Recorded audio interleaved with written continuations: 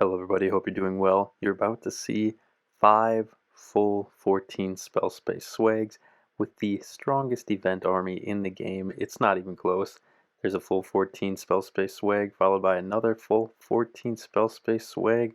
It's just absolutely insane. I got 4 of these on one account, my mini account, and then one of these on my main. This is the attack for my main. First 2 attacks on my mini were full 14 spell space swags, and my last 2 attacks on my mini were full 14 spell space swags, including that one right there. And this was the last attack, another full 14 spell space swag. This is absolutely insane. Did not think this would be possible in Legend League, but anyways, here we go. So we are going to utilize the kickers in combination with the strongest hero, charge, and equipment pairing in the game. We're going to be doing an eternal AQ charge that will be powered by the Warden Rage Gem. Then we will have 2 fail-safes, one being the AQ ability, and the other being the Warden Eternal Tome that will keep her safe. So we're going to essentially get 3 Archer Queen lives in this attack. So what we're going to do is start with the Warden, creating a little bit of a funnel. You also want to get the Flame Flinger in to help eliminate some of these defenses, because this is essentially just a giant hero charge. It's an AQ charge powered by the Warden. We send the BK in to meet up with the AQ, help the AQ get into the base with the EQ boots from the BK, and then when the AQ is in the core, we send in the RC alongside her to take out some of the defenses that she's tanking in the core and to distract the rest of them on the outside that aren't being distracted by the AQ. So here we go, sending in an Ice Golem. We're trying to make sure to not use our AQ or Warden or BK ability on the outside of the base. That's what these Ice Golems are for. They are to stall up and distract these defenses. Notice the kickers. We're sending in the kickers to eliminate this monolith so it doesn't shoot our heroes and force us to use a spell while dealing with the enemy clan castle. Notice, unfortunately, had to go to AQ ability. So now we have the magic mirror, we have the giant. Would have been much more efficient to use that ability inside the core of the base. However, we're just paying attention to the main queen, making sure that her health is okay. If her health starts to dip low, we just use the Eternal Tome ability on the Warden to keep her safe.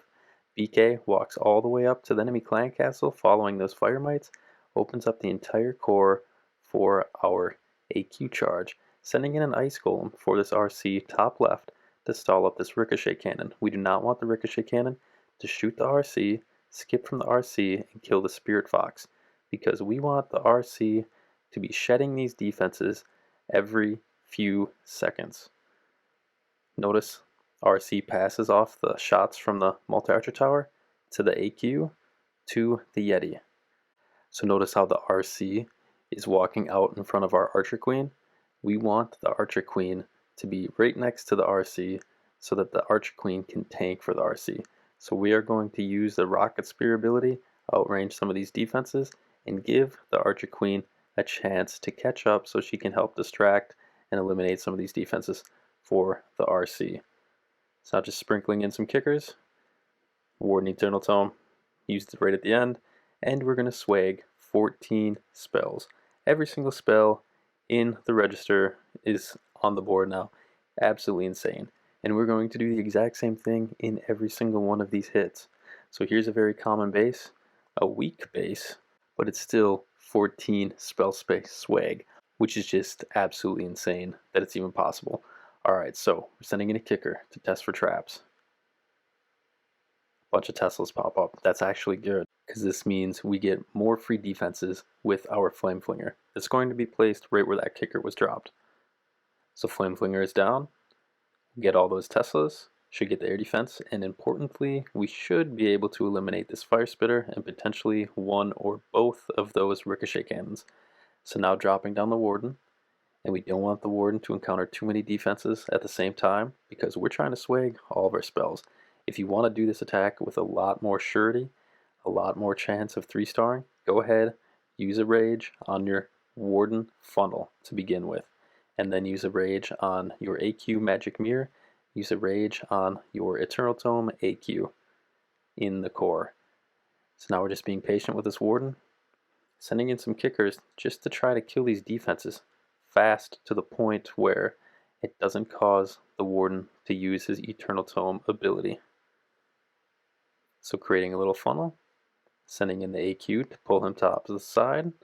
However, we just got caught in a tornado trap, but notice this fire spitter is facing away from the Warden. You always want to come in from behind fire spitters, because a fire spitter will reach past your heroes and kill your healers, and we need the healers in this attack. So the AQ is just going to do this nice little walk, and that is the brilliant part about setting up this little Warden funnel. So we reach and eliminate some defenses to make our AQ charge nice and easy.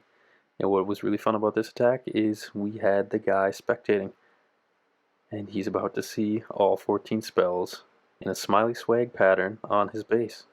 So hopefully he subscribed. Alright, so battle rams come in, give the BK access, and his job is to open up access to the core, this central compartment for the AQ, and also to tank. Also, his Phoenix, when the Phoenix spawns in, it will soak up some of these air traps for our healers. So we're just paying attention to the AQ. We have both of our fail-safes alive at this point. We still have the Warden Eternal Tome. We just used the AQ ability. And now everything's coming under a lot of fire. So go ahead, use our Eternal Tome. Everything's safe. We can see that we are absolutely going to triple this with no spells needed. So go ahead, swag all of the spells. And yeah, you can use spells at the beginning. Go ahead, use the Rage on the Warden. Go ahead, use the invisibility spells to keep your AQ ability and your Warden ability intact for the core. Because in the core, you encounter too many defenses for the Warden Rage Gem powered healers on your AQ to keep the AQ alive. You will have to use your abilities in the core to keep the AQ alive. So try to use some ice golems to stall up some defenses and encounter these defenses one at a time as much as possible on the outside edge, and then save your abilities in the core, use that magic mirror, and you can Eternal Tome all of the magic mirrored queens. So you have 3 eternal queens, and these queens will be distracting for your RC that comes in at the side.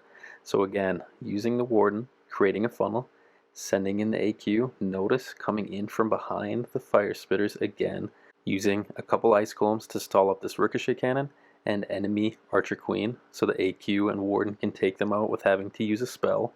We have the flame flinger at the bottom right, eliminating defenses and creating pathing to force the AQ, Warden, and BK straight to the core of this base.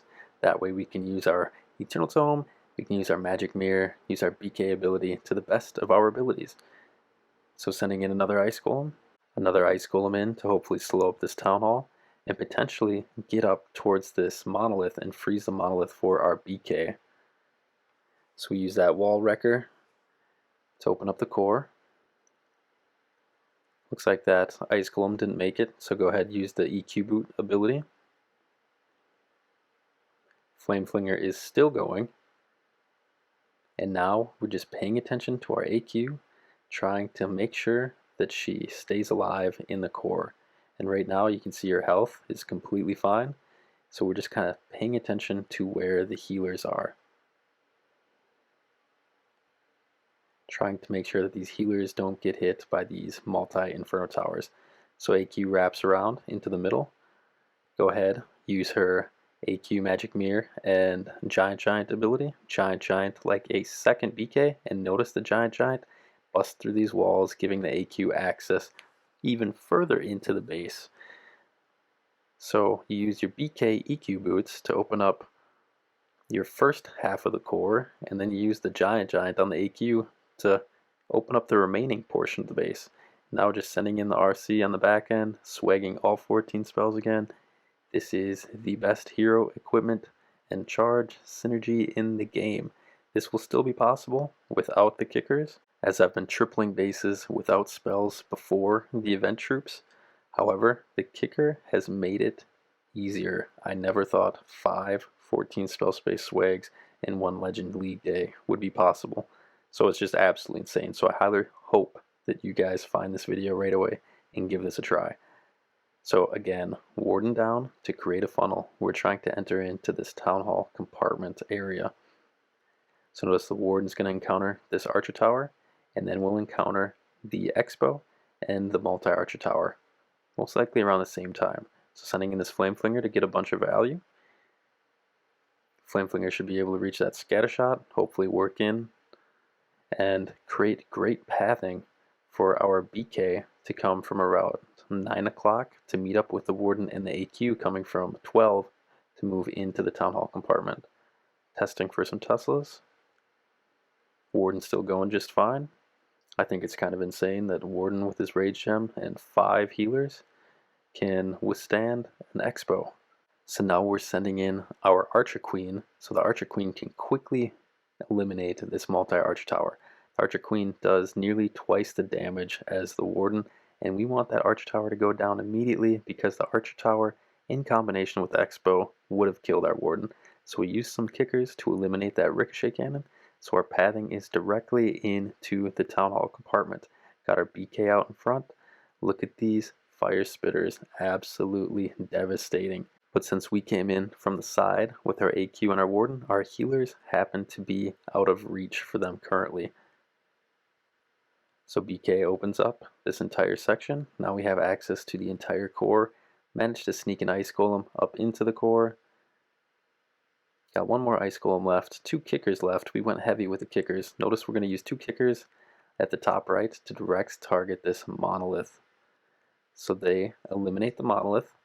AQ is eternal in the core, and while she's distracting all these defenses, we just let our RC come in and sneak around while she's distracting at the side of the AQ. It's a parallel AQ RC Spirit Walk, and they just take turns eliminating and tanking defenses for each other. We have an Ice Golem for the back end for this Ricochet Cannon multi-Archer Tower compartment. Go ahead, drop the Ice Golem. And now that is going to freeze up all the shots of these multi-targeting defenses. And we swag another full 14 spell space. And that is the best thing about Ice Golems.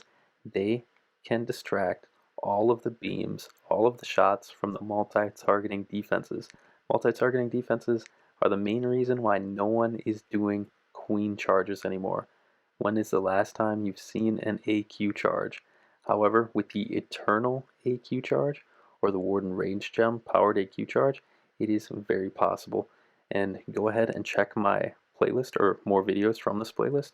It will show you the non-event troop version, the fireball version of my surgical Ice Golem attack, which you will regularly swag 10 plus spells doing that attack. It's just absolutely insane. There's nothing more powerful in the game, and I want you guys to have as much fun as possible because literally this is it. The funnest game within the game is trying to see how many spells you can swag and doing a completely new attack that no one else is doing. So notice where the Flame Flinger is. I had 2 choices to choose from to put the Flame Flinger for a lot of value. I could have set the Flame Flinger at the left corner, but I chose the right corner because there are 2 Ricochet Cannons within range of this Flame Flinger, and you always want to eliminate Ricochet Cannons with the Flame Flinger when possible, because they are one of the most damaging defenses to this attack strategy. Because notice the distance of the Warden to the Archer Queen. If the Archer Queen was to get targeted by the Ricochet Cannon, the second more damaging shot from the Ricochet Cannon can quickly damage our Warden, who has just over half the hit points as our AQ. So a lot of times your AQ will appear to be safe, but the Warden right behind her will be quickly dying. So notice we are just fine. We have the AQ. BK opened up all these walls, gave us access to the core, and now we're just watching our AQ, seeing how many free defenses we can get without having to invest any spells. Send in a kicker, trying to get this kicker up here towards this Inferno Tower. Go ahead, use the AQ ability. Now we have 3 AQs. We have the Giant. Use the Warden Eternal Tome, and everything is getting wrecked because we have the Warden Rage Gem just powering everything. So now notice this bottom left side is being distracted, sending in our RC to help clean up, trying to distract some of these defenses, direct target some of them with the kickers. help the RC out, sending in this giant right in front of the AQ, trying to time for the headhunters to kill the AQ. Town Hall goes down. We have super minions and a furnace come out of the flame flinger, and again we are going to swag all of our spells. This was absolutely insane. It was day 3 of event troops, my second day of using event troops, and I was just blown away by how frequently I was swagging all 14 spells with this army comp. So I highly recommend you guys give this a try. Thanks for watching, have a great day, and catch you next time. Bye.